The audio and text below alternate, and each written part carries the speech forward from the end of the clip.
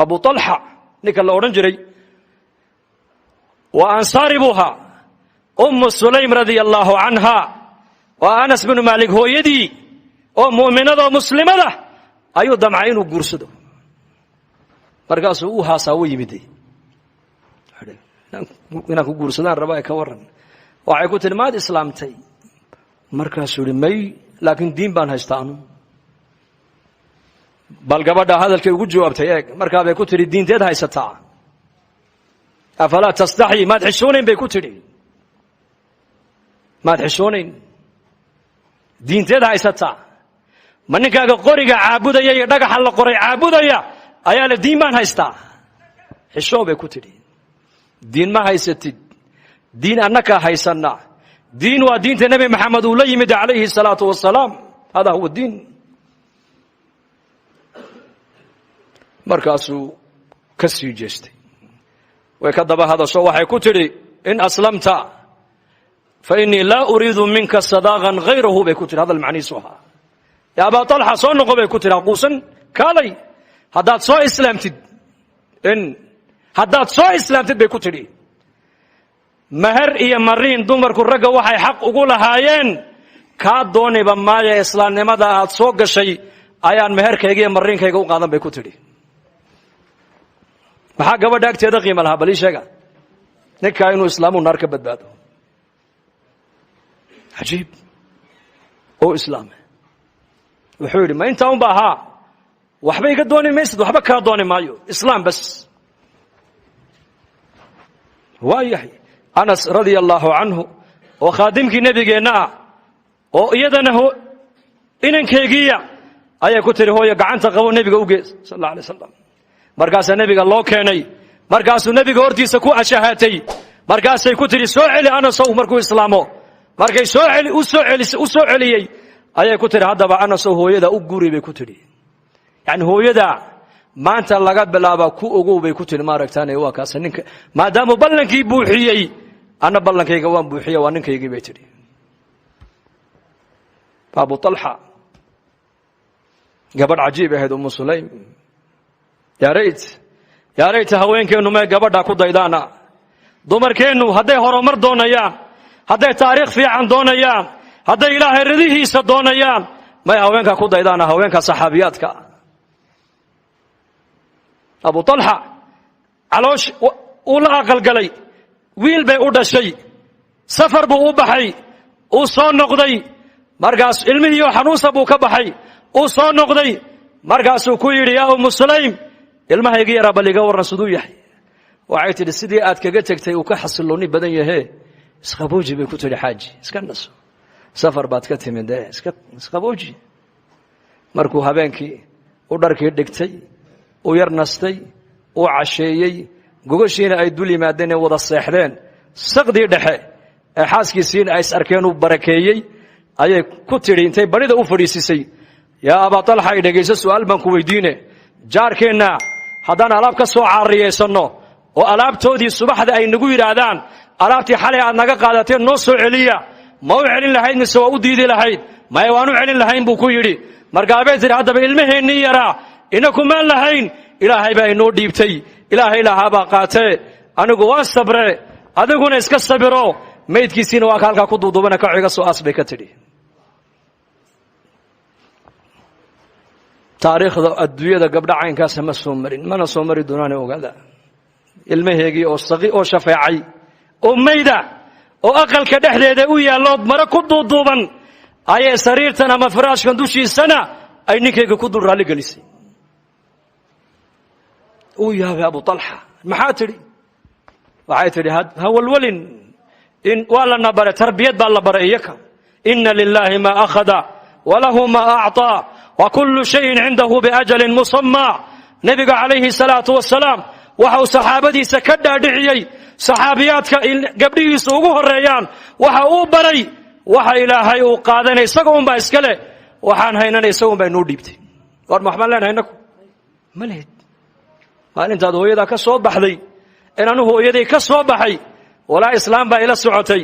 walaa inma ila socday walaa gabdhahayga ila socday mid walba keligii buu caloosha ka soo baxay keligiina caalamka uu ka baxaya ولدتك أمك يا ابن آدم باكيا والناس حولك يضحكون سرورا فاحفظ لنفسك أن تكون إذا بكوا في يوم موتك ضاحكا مسرورا وإذا وحيكون الشيء adigoo ooyaaya dadkuna agtaada ay faraxsan yihiin oo ay leeyihiin wiil baa dhashay maxaan u bixinaa ay leeyihiin ilaahay amarkiisa intaad adduunyada ku nooshahay ilaali oo diinta ilaali oo salaada ilaali oo amarka ilaahay ilaali si maalintaad dhimanaysid aad adduunyada uga baxda adigoo faraxsan dadkuna agtaada ay ka baroortaan tarbiyada baa saxaabada la baray waxa ilaahay uu qaatanay isagoon baa iska leh waxaan haysanana ilaahay jalla wa ala isagoon baa inoo dhiibtay ilmahi waa ka meydkii waa kaas kacsoo aas bay ka tidhi dadna markaasuu Abu Talha radiyallahu anhu wuxuu sameeyay markaa waxa uu tagay nabiga calayhi salaatu wasalaam rasuulkiiba uu sheegay markaa buu nabigu ku yiri a'arastum laylata ya Aba Talha xalaytole maal arostayo aros maad haydo xaajiyad islaantaada xalay ma barakaysay markaasuu ya rasuulallah markaan casheeyay iyadiina aan barakeeyay kadib ayay arinta ii sheegtay buu ka yiri markaa buu nabigu ku yiri barakallahu fi laylatikuma isaragini xalaytole allah ini barakeeyo buu ka yiri isaragi xalaytole allah ini barakeeyo habeenkii ducadii baa ilaahay u aqbalay caloosheediiba habeenkiiba raximka ilmaa u galay ilmihii wuxuu noqday wiil buu noqday wiilkii maalintuu dhashayna nabi maxamed baa loo keenay cabdullaahi buu nabigu u bixiyey ya taxniiga nabiga u sameeyey magaca nabiga u bixiyey dhabtii nabi maxamed baa lagu qabto lagu ciyaarsiiyey waxa uu yiri Sufyaan bin Uyayna waxa la arkay ilmihii yaraa oo 9 wiil culamaa isaguna dhalay ilma barakaysan muxuu dhalay muxuu dhalay sheegade awlaad barakaysan buu dhalay mid barjeeyana muxuu dhalay mid barjeeyo buu dhalay qabiili buu dhalay qabqablu dhalay siyaasi buu dhalay laakiin ninka diini buu dhalay ninka barakaysan reer duriyad barakaysan buu dhalay ilma barakaysan buu ahaa barakadiisa waxa uu daliila habeenku raximka ku dhacay buu nabigu yiri barakallahu fi laylatikuma isaragini xalaytul allah ini barakeeyo maalintuu dhashayna dhabta nabi maxamed baa lagu ciyaarsiiyey taxniiga nabiga uu sameeyay magaciisana nabiga uu magacaabay Sufyaan bin Uyayna oo ruwaatul hadiis kamid ahana wuxuu yiri 9 wiil culamo ilmihi dhalay buu yiri Allahu akbar hadihi Sulaym radiyallahu anha wala layal dadkaas agtooda diinta qiimo la lahayd gabadhaas budcigeegii bay ku iibsatay diin mahariya marin waxay xaq u lahayd waxay ka doorbiday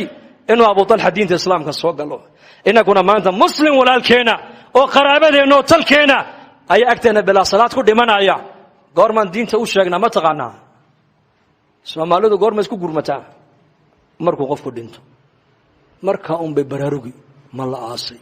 qabrigiisii ma la tagay nacashkii ma la soo qaaday kafankii ma loo soo gooyay bad reerka oo dhan baa qabuuraha iman maxay ku qabanayaan waa kaas warintu qofku nool yahay la raba gacanta in la soo qabto miskiidka la keeno lagu noqnoqdo loo duceeyo la ikraamo markaska la geeyo dacwada lagu soo xidho loo dulqaato loo sabro loo kaadiyo laga quusan ambiyadu ma quustaan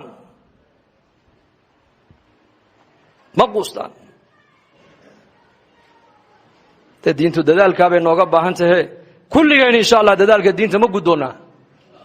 insha Allah dhahada war si fiican u hadlo insha Allah dhahada diinta dadaalkeega han gudoono oo marka laga yiraahdo waqtigaaga qaybi oo ilaahay dartu u bax marka laga yiraahdo